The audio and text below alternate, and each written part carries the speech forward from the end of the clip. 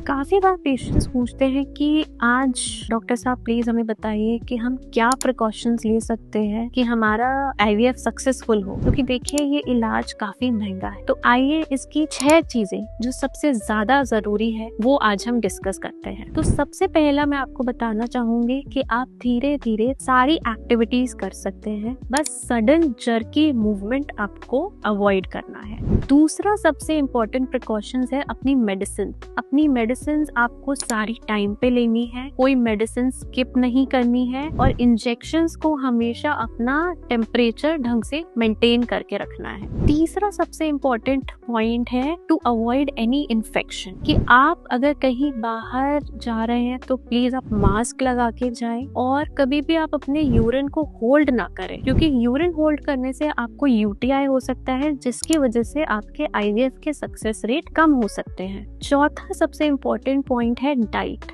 आपको अपनी डाइट का बहुत ध्यान रखना है। डाइट में आप हाई फाइबर डाइट लीजिए, बाहर का खाना बिल्कुल अवॉइड करिए और आपको प्रोटीन इंटेक ज्यादा रखना है डाइट में अपनी। फिफ्थ बहुत ही इम्पोर्टेंट पॉइंट है वो है हमें स्ट्रेस नहीं लेना है। आप सोचिए कि कभी आप किसी के गेस्ट के आप घर में जाएं और अगर वहाँ हर कोई स्ट्रेस में हो तो आप वहाँ जाना नहीं पसंद करेंगे। सेम हाल एम्ब्रियोस का है कि अगर वो एक हेल्दी यूट्रस, हैप्पी यूट्रस में जाएंगे तो उसके वहाँ चिपकने के चांसेस बहुत ज्यादा होते हैं।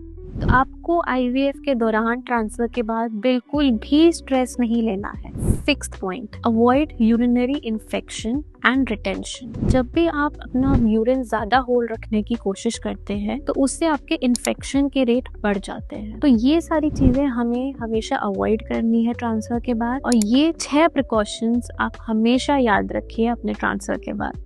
Thank you.